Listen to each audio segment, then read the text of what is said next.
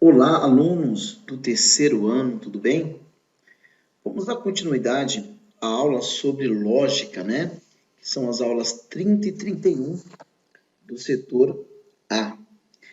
Nós já fizemos a parte introdutória, no qual falamos sobre os conceitos básicos de lógica, né? Vamos só relembrar aí os tópicos que foram estudados na última aula, né? Nós falamos sobre proposição ou sentença, né? Vimos que uma proposição matemática, ela é uma afirmativa, né? Ela é uma afirmativa. Se nós observarmos, como na língua portuguesa, temos o verbo, temos o sujeito, né? Algo que dá aquele sentido completo ali na frase, né? Lembramos também que a proposição é escrita sempre com uma letra minúscula, né? Sempre simbolizamos uma proposição utilizando uma letra minúscula, né? Aqui são alguns exemplos de proposição, tá? Por exemplo, Brasília é a capital do Brasil. Estou afirmando, Brasília é a capital do Brasil, né? Outro exemplo aqui, 10 é um número par positivo. Aqui a proposição S, 7 mais 5 é igual a 10. E aqui temos uma outra proposição, sorvete de manga é gostoso. A proposição 1, 3 é um número par, né?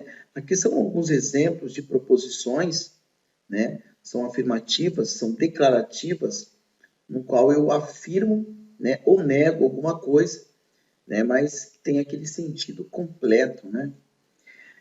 Eu passei também para vocês alguns exemplos de não proposição, sentenças que não são proposição. Por exemplo, como você se chama, né?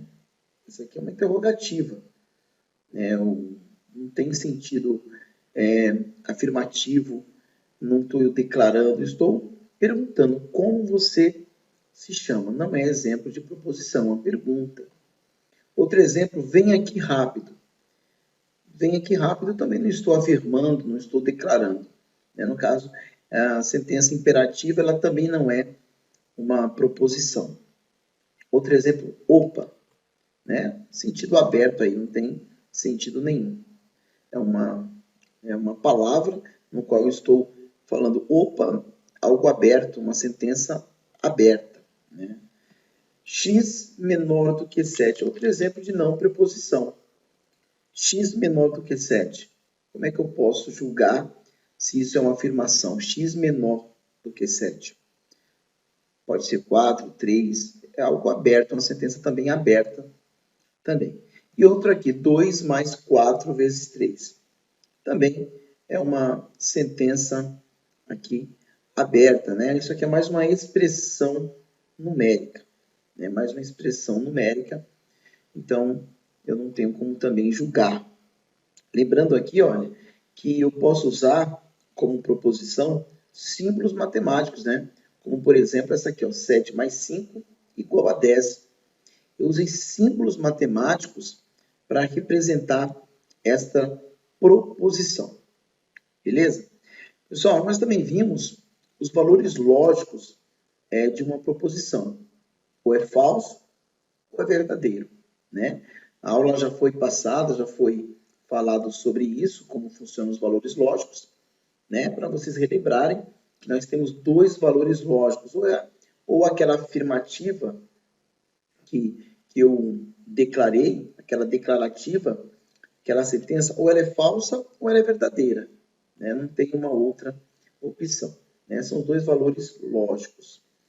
Pessoal, de acordo com isso, nós temos os dois princípios lógicos mais importantes. Né? Tem até o terceiro, mas depois a gente vai falar sobre ele, que é o da identidade. Vamos pensar nesses dois princípios lógicos. O princípio primeiro aqui do terceiro excluído.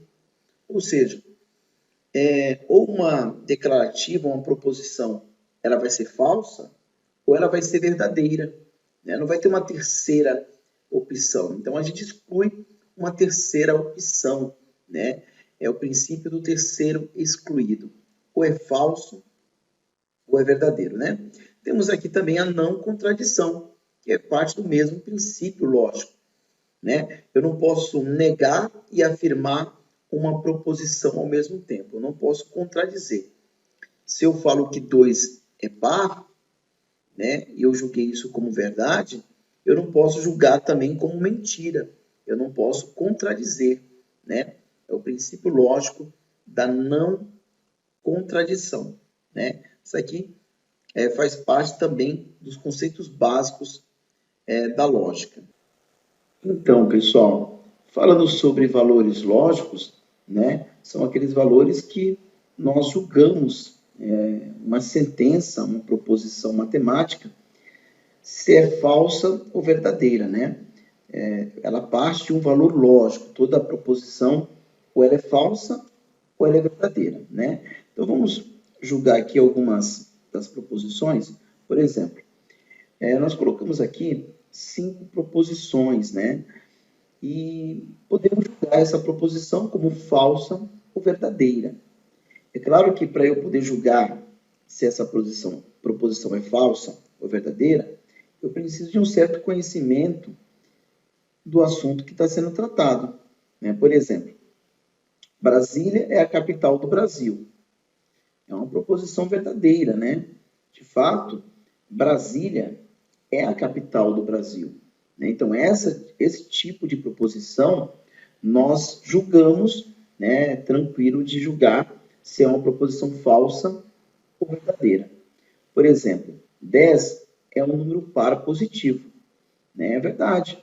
Né? Nós temos aí o conhecimento matemático e sabemos que 10 ele é um número par também positivo. Né? Ele não é um sinal, ele não é um número negativo. Então, é verdade. Né? E o que baseio aqui para eu julgar como verdadeiro é justamente o conhecimento matemático do que é o número par e o número ímpar. Né? Então, algumas vezes, fica muito fácil, né, de julgar uma proposição de acordo com o conhecimento que você tem. Né? Por exemplo, essa proposição S. Está dizendo que 7 mais 5 é igual a 10. Né? A gente sabe, na matemática, que 7 mais 5 é igual a 12. Né? Então, é uma proposição falsa.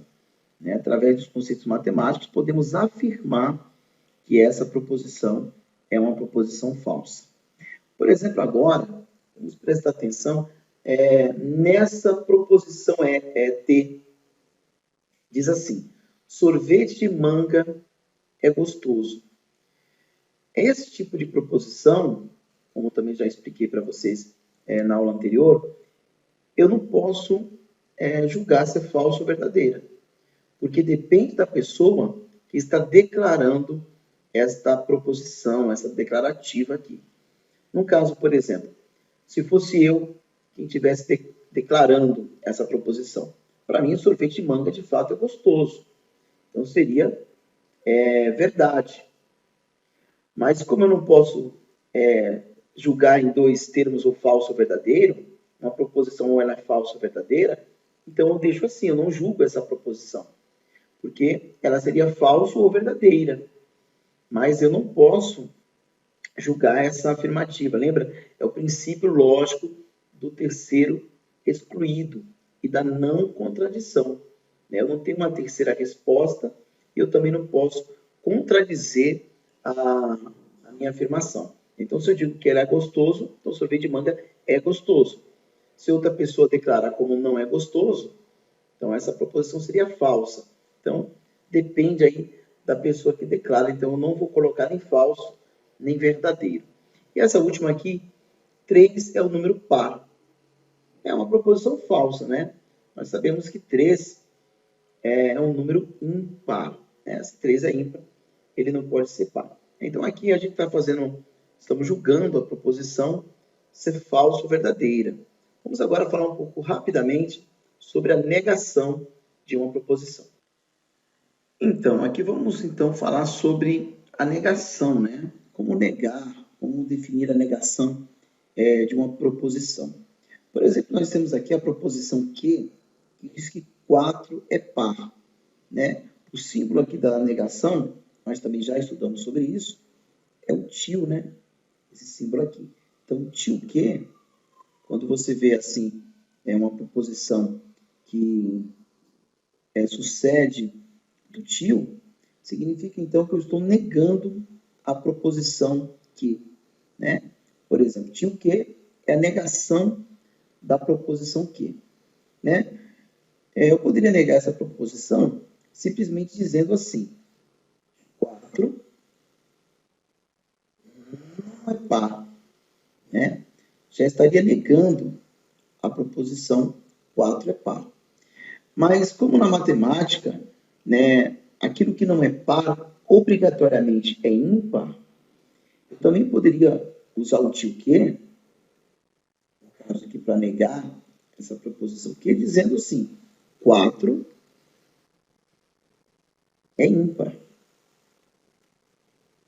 Nesse caso, tranquilamente eu poderia negar usando ímpar. Por quê? Aquilo que não é par, obrigatoriamente vai ser ímpar, né? Então, quando eu falo que alguma coisa é ímpar, eu estou negando que ela é par. Então, qualquer uma das duas formas de negar, pessoal, estaria correta, né? Ou eu posso negar 4 não é par, ou tio que eu posso dizer que 4 é ímpar, né? Essa proposição aqui, por exemplo, Charles é alto. Tio P, que é a negação de P, simplesmente eu poderia pensar e dizer Charles é baixo. Mas aí, quando eu julgo uma proposição, eu tenho que realmente negar de todas as maneiras possíveis. Por exemplo, se eu falo que Charles é alto e eu quero negar e dizer que Charles é baixo, eu estou tirando a possibilidade dele ser estatura mediana. Então, ou seja, o baixo não nega o alto. Porque alguma coisa, alguém que é alto, não necessariamente se ele não for alto, ele vai ser baixo. De repente, se ele não é alto, ele é mediano, né? Então, não tem como eu negar essa proposição dizendo Charles é baixo. Nesse caso, eu vou dizer Charles não é alto, certo? É uma negação direta aqui da proposição, tá bom? A maneira que vocês vão entender como negar, como resolver esses exercícios, aí é praticando.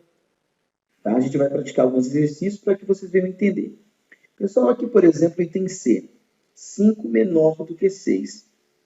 Para eu negar esse R aqui, preposição R, nesse caso eu também não posso dizer simplesmente que 5 é maior do que 6.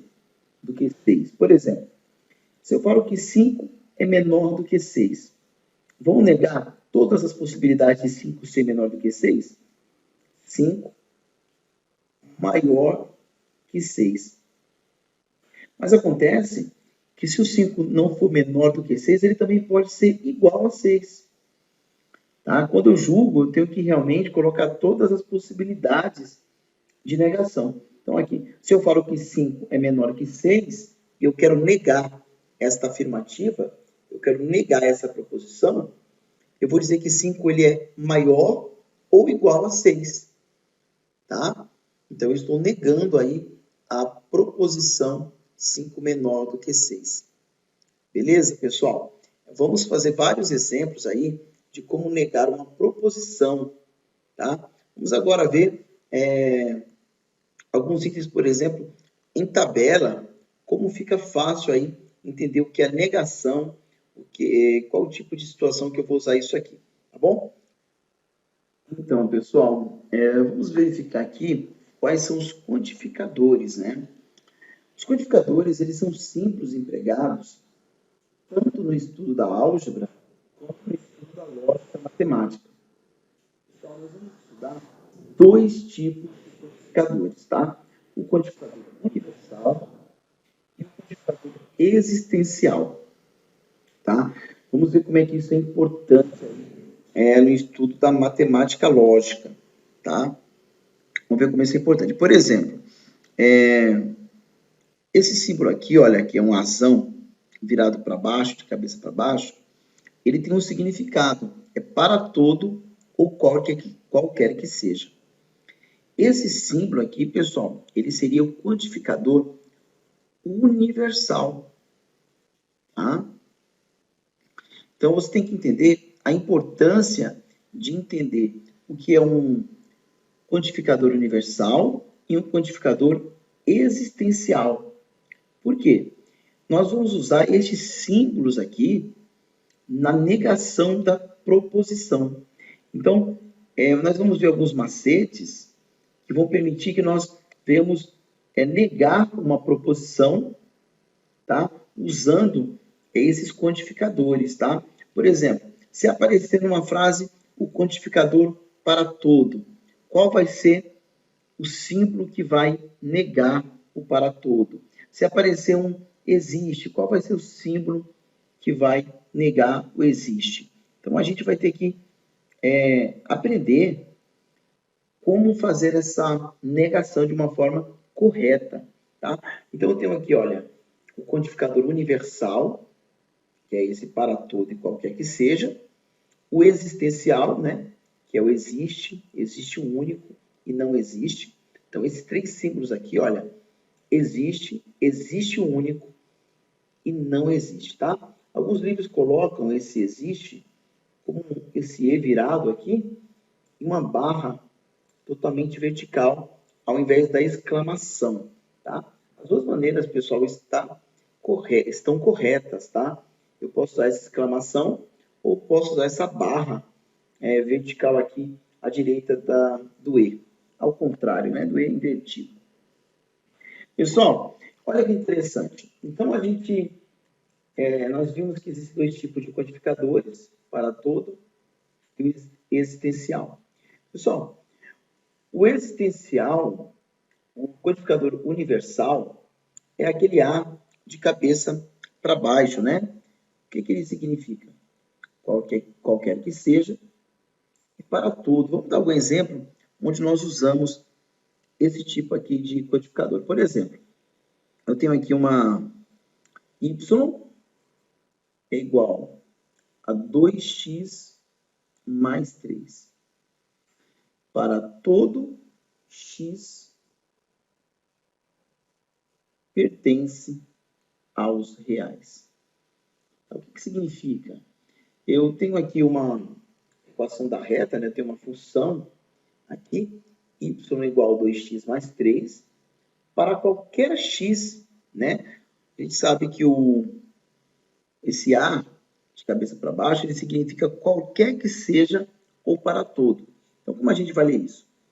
Y é igual a 2x mais 3, qualquer que seja o x pertencente aos reais. Então, qualquer x que eu colocar aqui, eu vou achar o valor de y, né? Eu também posso estar lendo para todo. Então, y é igual a 2x mais 3 para todo x pertencente aos reais. É aqui o quantificador universal, tá? É a maneira aí que a gente vai estar usando, tá? Não esquece que aqui é o sinal de pertence, e aqui é dos números reais. Pessoal, os quantificadores existenciais. O que é um quantificador existencial? Ele diferencia do universal porque ele não se refere a todos os elementos do conjunto. O universal é todo elemento. Por exemplo, eu quero y igual a 2x mais 3 para todo o x pertencente ao reais. Ou seja, eu estou considerando todos os elementos de um conjunto. No caso aqui, o existencial, ele não se refere a todos. Por exemplo, eu tenho aqui uma equação do segundo grau, eu vou dizer assim, existe x pertencente aos reais, né? Esse aqui é o existencial, tal que 2x ao quadrado menos 10x mais 12 igual a zero. Olha que interessante. Então, esse é aqui virado significa existe o x pertencente aos reais, tal que 2 vezes esse x ao quadrado menos 10 vezes x mais 12 é igual a zero, né? Então, eu estou dizendo aqui, olha, exatamente que existe x, tá? Lembrando que esse aqui não existe um único x. Presta muita atenção, porque esse símbolo aqui, ó, existe um único x. Mas eu não usei aqui este símbolo de existe um único. Eu usei apenas existe, porque a gente sabe que não existe apenas um x aqui que vai tornar essa equação igual a zero, né? Como é a equação do segundo grau, vão existir dois valores de x. Vamos achar o x1 e o x2, tá? Por esta razão, eu não posso usar existe um único pertencente aos reais. Eu tenho apenas que dizer existe x pertencente aos reais, existe, que satisfaça esta equação. Beleza, pessoal? Tranquilo? Então, vamos lá, gente. Como é que eu posso definir os quantificadores universais? Eu vou dizer assim, ó, todo e nenhum. Eles são opostos. Quando você vê uma frase dizendo todo ou nenhum, está tratando de um quantificador universal. Beleza? Beleza, professor. Bem tranquilo. Pessoal, agora vamos verificar o seguinte, ó. Se a proposição original utiliza o quantificador universal, então vamos lá. Se você tem uma proposição aqui, e essa proposição usa o quantificador universal, que é o quantificador universal para tudo, tá? Vou colocar para todo x. Qual vai ser a negação desse para tudo? Pessoal, olha que interessante. A sua negação terá um quantificador particular. Então, toda vez que você tem um quantificador universal, você vai usar para negar um quantificador existencial. Da mesma maneira, se você tiver aqui na sua proposição original um quantificador existencial, você vai usar o universal para poder negar. Tá? Ou seja, olha que interessante, para você nunca mais esquecer. Para negar um quantificador universal, vamos lá. Para eu negar um quantificador universal, eu vou usar um existencial. E para eu negar um quantificador existencial, eu vou usar um quantificador universal, tá? É interessante que você perceba isso nos exercícios que nós vamos fazer, beleza? É bem tranquilo. Então, como é que a gente pode dizer e fazer uma regrinha? Vamos lá. Se a proposição original tem um quantificador existencial, que é o particular, a sua negação utilizará o quantificador universal. Beleza, pessoal? Só tem que tomar cuidado, porque se a proposição original ela for afirmativa, se você estiver afirmando alguma coisa, sua negação será então negativa, né? Então não pode esquecer disso. E se a proposição original for uma negativa, a sua negação será afirmativa.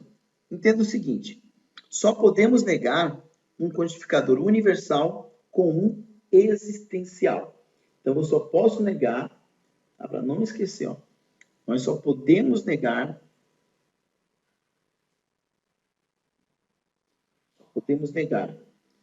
um quantificador universal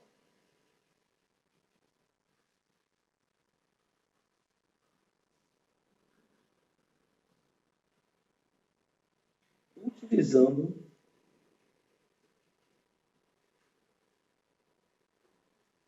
existencial.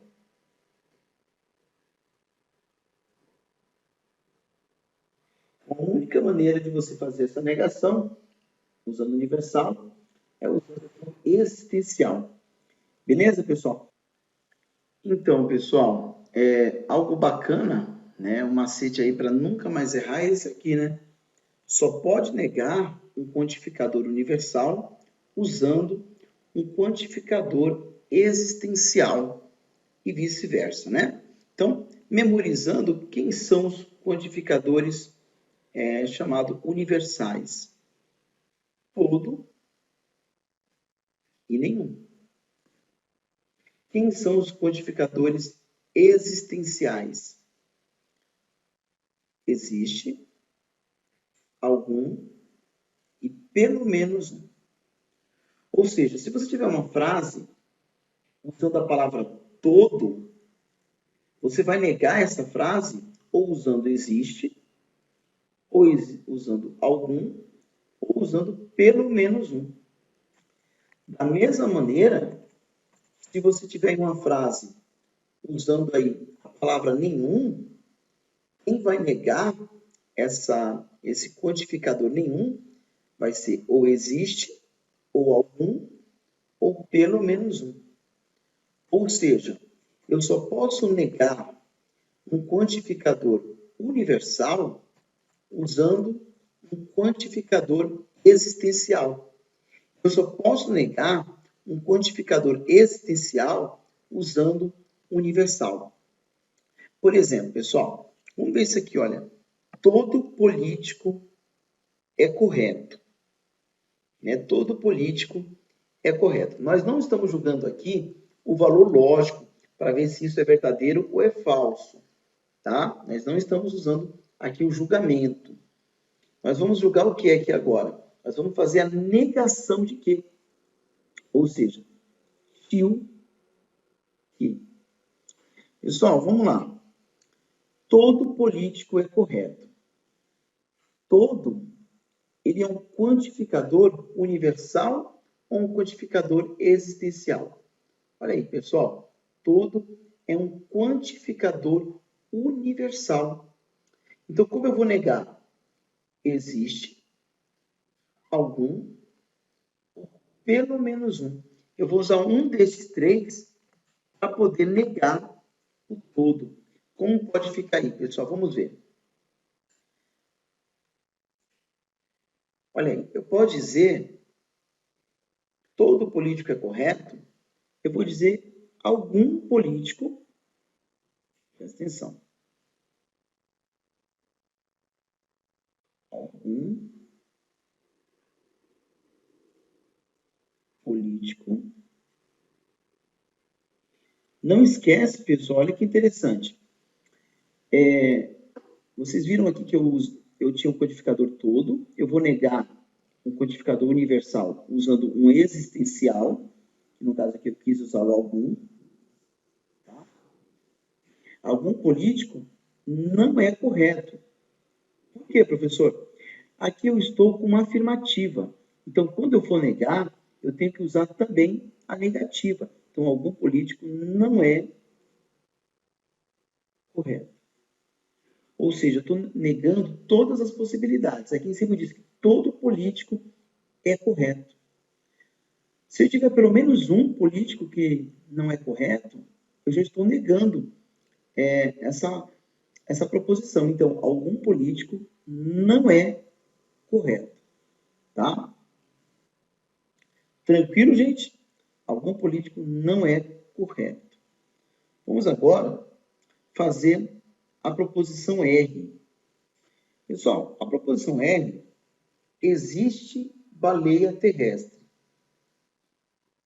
Eu vou fazer a negação de R. Vamos lá, gente. Primeira coisa.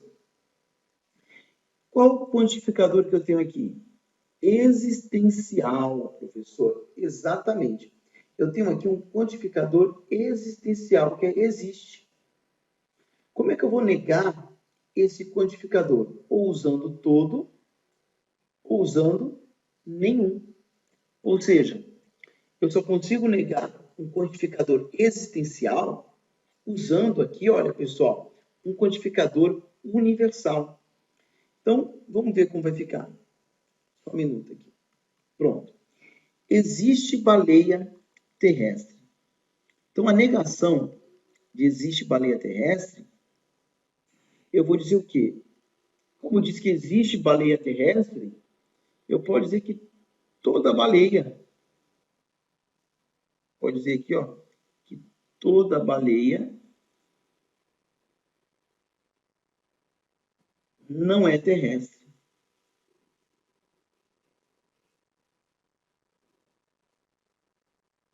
Olha aí, eu tinha aqui um quantificador existencial, tá? Que é o existe.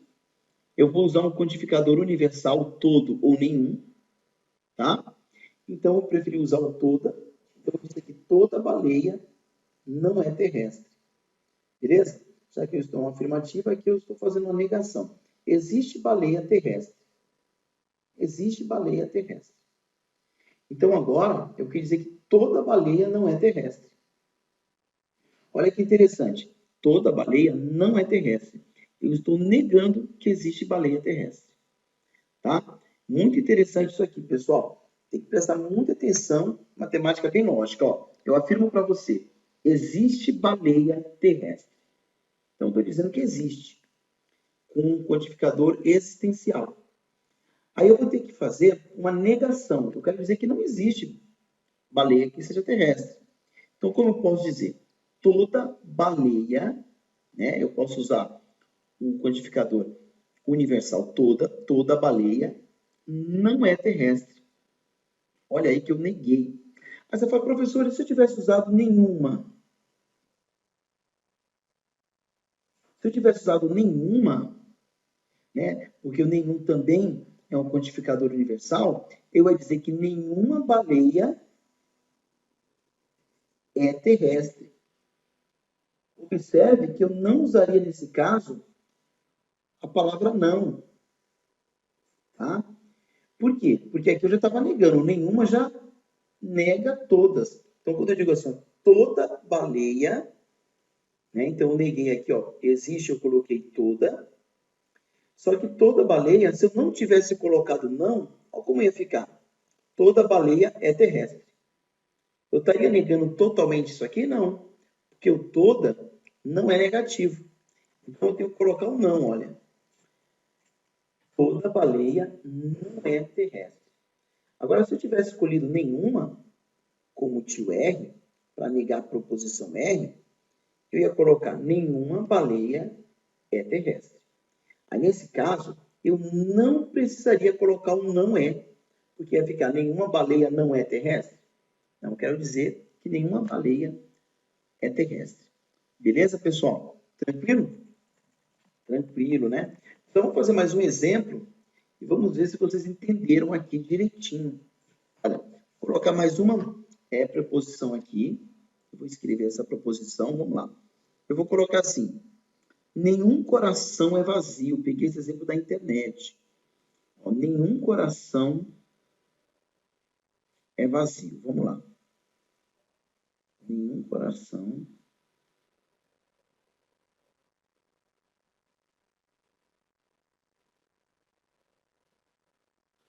só. Nenhum coração é vazio. Esse nenhum, ele é um quantificador universal ou um quantificador existencial. Vamos lá. Nenhum é um quantificador universal. Como é que eu vou negar um quantificador universal? Usando um existencial. Ou eu vou colocar existe, ou algum, ou pelo menos um. Tá? Então, vamos lá. Eu posso usar o existe, algum, ou pelo menos um. Tá? Deixa eu só verificar aqui, pessoal, se vocês realmente entenderam aqui, né? Toda baleia não é terrestre. Eu poderia também ter colocado nenhuma baleia é terrestre, né? Eu acabei apagando. Poderia colocar aqui, olha, nenhuma baleia é terrestre, né? Então, eu poderia negar dessa maneira. Nenhuma baleia é terrestre. Tá? Estaria negando totalmente aqui a palavra que diz, a proposição que afirma que existe baleia terrestre. Tá? As duas maneiras aqui, olha, de eu negar esta proposição. Existe baleia terrestre. Eu nego. Toda baleia não é terrestre. Então, estou dizendo que elas não são terrestres. Ou eu posso usar o nenhuma. Nenhuma baleia é terrestre. Pessoal, nesse caso aqui, nenhum coração é vazio. Pessoal, nenhum coração é vazio, eu posso usar existe algum e pelo menos um. Vamos usar o algum? Então, nenhum coração é vazio. Eu vou colocar algum, tio T, a negação. Algum coração é vazio. Tá? Algum coração é vazio. Até porque o exercício aqui diz, a proposição, que nenhum coração é vazio. Então, eu vou negar algum coração é vazio. Então, quando eu afirmo que algum coração é vazio, eu já estou negando a proposição que diz que nenhum coração é vazio. Poderia também usar existe ou pelo menos um, né? Podia colocar pelo menos um coração é vazio. Existe coração vazio? Então, eu escolhi o algum, tá? Eu posso negar um quantificador universal por qualquer um quantificador existencial. Beleza, pessoal? Espero que vocês tenham entendido essa parte. Vamos fazer um pouco de exercício aí do livro, tá? Vamos para o exercício 1 da página 115. Então, pessoal, esse aqui é o exercício 1 da página 115. Qual das frases a seguir é uma proposição? Pessoal, vamos acertar essa questão? Olha aqui, pessoal, nós já informamos, já vimos que uma sentença que é interrogativa, que faz uma pergunta, é claro, ela não pode ser chamada de proposição, né? Eu não posso julgar se é verdade ou falsa, né? Isso aqui eu não consigo julgar se é falso ou verdadeiro. Então, isso aqui não pode ser proposição. Beleza, pessoal? 2x mais 3 menor do que 7. Também, pessoal, não posso jogar. Depende do valor do x. Como é que eu posso julgar se 2x mais 3 é maior ou menor do que 7 se eu não tenho o valor do x? Então, isso aqui, pessoal, também não é uma proposição. Agora aqui eu afirmei 2 mais 3 igual a 7. Olha que bacana, pessoal. 2 mais 3 igual a 7. Eu vou julgar, é falso. Então, se eu conseguir julgar como falso, esta aqui, olha, é uma proposição, tá? É uma declarativa que eu posso julgar. Bom dia. Não consigo julgar bom dia se é falso ou verdadeiro. Bom dia. Eu não perguntei, não afirmei, olha, você teve um bom dia. Eu falei bom dia. Eu desejei bom dia. Né? Então, nesse caso, também eu não estou tendo uma declaração que pode ser atribuído como falsa ou verdadeira. Não tem como eu atribuir nessa declaração, pessoal, o falso é verdadeiro. Isso aqui também não é proposição. Esta declaração é falsa. Pessoal, não sei, né? Não sei qual declaração que está sendo falada. Eu não posso, então, verificar se isso é falso ou verdadeiro. Esta declaração é falsa. Então, não tem como eu julgar se é falso ou verdadeiro, tá? Então, a resposta certa, a única proposição que nós temos aí no exercício 1 é a C. Pessoal, vamos para o segundo exercício? Vamos lá, pessoal. Vamos para o exercício 2 da página 115, né? Olha que interessante. Para todo x, o cosseno de x é menor do que 2, né? Esse símbolo aqui é do para todo, nós já vimos. Pessoal, para todo x, o cosseno de x é menor do que 2? Verdade, né? Por que verdade, professor? Vou julgar como verdade, porque no círculo trigonométrico, aqui eu tenho cosseno e aqui eu tenho seno. O cosseno, pessoal, é aqui, olha, um desse lado e menos 1 desse lado, né? Lembra que o círculo trigonométrico, a nossa unidade de trigonometria é 1? Da mesma forma que é 1, aqui também é menos 1. Esse aqui, olha, são os valores do cosseno e aqui são os valores do seno. Olha a pergunta aqui. Olha, no caso, esta proposição está dizendo assim: para todo x, o cosseno de x é menor do que 2. Pessoal, o cosseno de qualquer ângulo tem que ser menor do que 2, né? No caso, é igual ou menor do que 2. Então, é verdade, pessoal, verdadeira esta informação. Beleza, vamos para a segunda informação. Diz assim: existe x que o cosseno dele seja 1,5. Pessoal, acabei de mostrar para vocês aqui. O cosseno só vai até 1. O cosseno só vai até 1. Então, a pergunta é... Pergunta não, no caso, é uma proposição que eu vou julgar, né? Essa proposição está escrita assim: existe x, né? Existe x, no caso, quando a gente trata de cosseno, estamos referindo a ângulo, tá, pessoal? Então, existe ângulo, onde o cosseno desse ângulo é igual a 1,5. Pessoal, possível. O maior cosseno que a gente tem é 1. Beleza? Então, esta proposição aqui, eu posso julgá-la, né? Mas eu vou julgá-la como falsa, tá? Porque não é verdadeira. Pessoal, olha que interessante. Para todo x que eu colocar aqui, ó, para todo x, o x ao quadrado tem que ser maior do que menos 2. Vamos testar? Qualquer x que eu colocar, elevar ao quadrado, vai dar 1. Nesse caso aqui, olha, vai dar 9. Qualquer x que eu colocar, pessoal, ele é maior do que menos 2. Verdade. Então, a pergunta é... Pergunta não, a proposição para ser julgada é: para todo x, eu elevar ao quadrado, ele vai ser maior do que menos 2? Sim. Né? Qualquer número que é elevado ao quadrado, ele é maior do que menos 2. Não existe número... você fala, existe sim, professor, o zero. O zero ao quadrado também é maior do que menos 2. Qualquer número que eu colocar aqui ao quadrado, ele é maior do que menos 2. Ah, professor, se ele for negativo, também é maior. Então, não existe x que seja elevado ao quadrado que seja menor do que menos 2. Tá bom, pessoal? Então, verdade.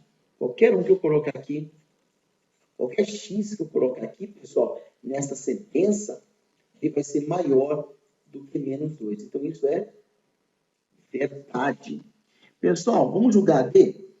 O x ao quadrado, ele tem como ser maior do que zero? Sim, tem. Mas aqui está dizendo para todo x, ao símbolo do para todo x ao quadrado, ele é maior do que zero. Pessoal, não.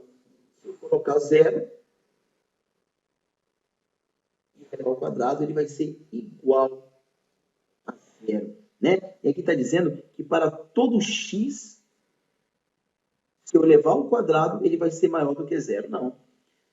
Menos 1 vai ser maior do que zero. Qualquer um que eu colocar aqui vai ser maior do que zero, exceto o próprio número zero. Então, não pode usar o para todo nesse caso. Porque aqui eu estou considerando todos. Então, essa proposição, pessoal, ela é falsa. Por quê, professor? Exatamente. Porque aqui está dizendo que para todo x que eu elevar ao quadrado, ele é maior do que zero. É uma proposição falsa. Pessoal, aí, existe um único x que, se eu elevar à quarta potência, é igual a 1. Falso, pessoal. Não existe um único, né? Esse símbolo aqui, olha, existe um. Né? No caso, esse exemplo aí, nós vimos aqui, o nome dele, existe um único. Né? No caso, ele está com a barra vertical, mas é a mesma coisa. Existe um único. Então, pessoal, não é verdade. Né? Existe um único x que, se eu levar à quarta potência, é igual a 1? Não. Se eu pegar o menos 1, elevado à quarta potência vai ser igual a 1. E se eu pegar 1 elevado à quarta potência, também vai ser igual a 1. Né? Ou seja, existe um único x que, se eu elevar à quarta potência, é igual a 1? Falso, né? Então, não é verdade, pessoal. Essa proposição é falsa. Vamos ver a proposição F. Pessoal, a proposição F diz assim, que não existe x que, se eu elevar à quarta potência, é 3. Falso, né, pessoal? X elevado à quarta potência pode resultar em 3? Claro que pode.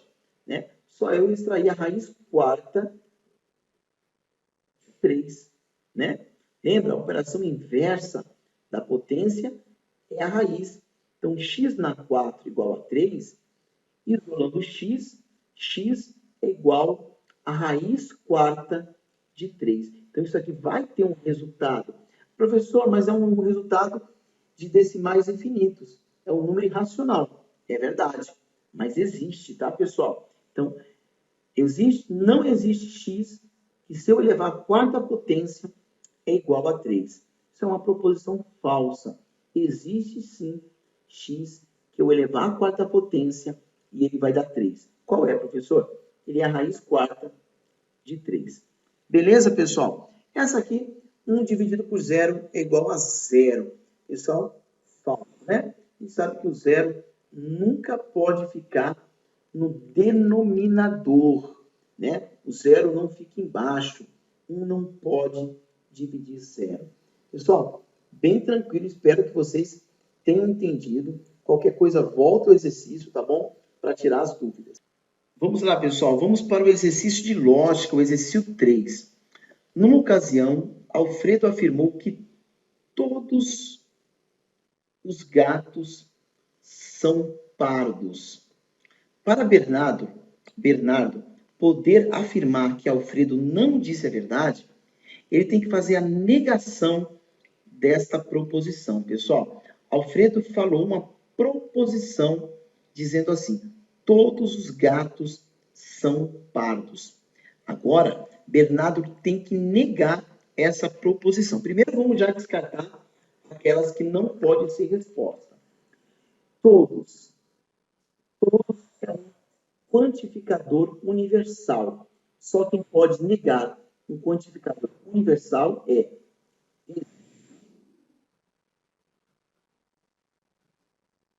pelo menos um. Existe pelo menos um ou algum. Né? Então, somente esses 3 aqui, pessoal, pode negar todos. Né? Então, a gente já descarta aqui nenhum. Nenhum não nega todos. Todos também não pode negar todos. Né? Eu não posso usar aqui, olha, neste caso, todos para negar todos. Proibido isso. A matemática lógica. Nenhum também é um quantificador universal. Então, não pode negar outro quantificador universal. Então, a gente já descarta o A, já descarta o B, pessoal. Olha que legal. Então, a gente pode usar existe pelo menos um. Pessoal, existem exatamente, não existe. Isso aqui não é. Existem exatamente 12 gatos pardos. Pessoal, também não posso negar dessa maneira, né? Eu posso negar ou C ou D. Existe pelo menos um. Pessoal, agora vamos entender. Se eu digo que todos os gatos são pardos, eu estou afirmando. Então, a negativa tem que ser um quantificador existencial com uma negativa. Então, existe pelo menos um gato que não é pardo. Então, resposta C, beleza? Tá? Então, não poderia ser a D, porque a D informa que existe pelo menos um gato que é pardo. Então, se eu falo que existe pelo menos um gato que é pardo, eu não estou negando completamente que todos os gatos são pardos, né? Todos os gatos são pardos. E eu estou afirmando que existe um gato que é pardo. Então, estou concordando. Agora, no C, existe pelo menos um gato que não é pardo. Então, quando eu falo que pelo menos um não é pardo, eu já estou negando que todos são pardos. Então, olha o segredinho aqui. Não, tá? Eu estou usando um quantificador existencial com uma negativa. Beleza, pessoal? Então, resposta C. C de casa.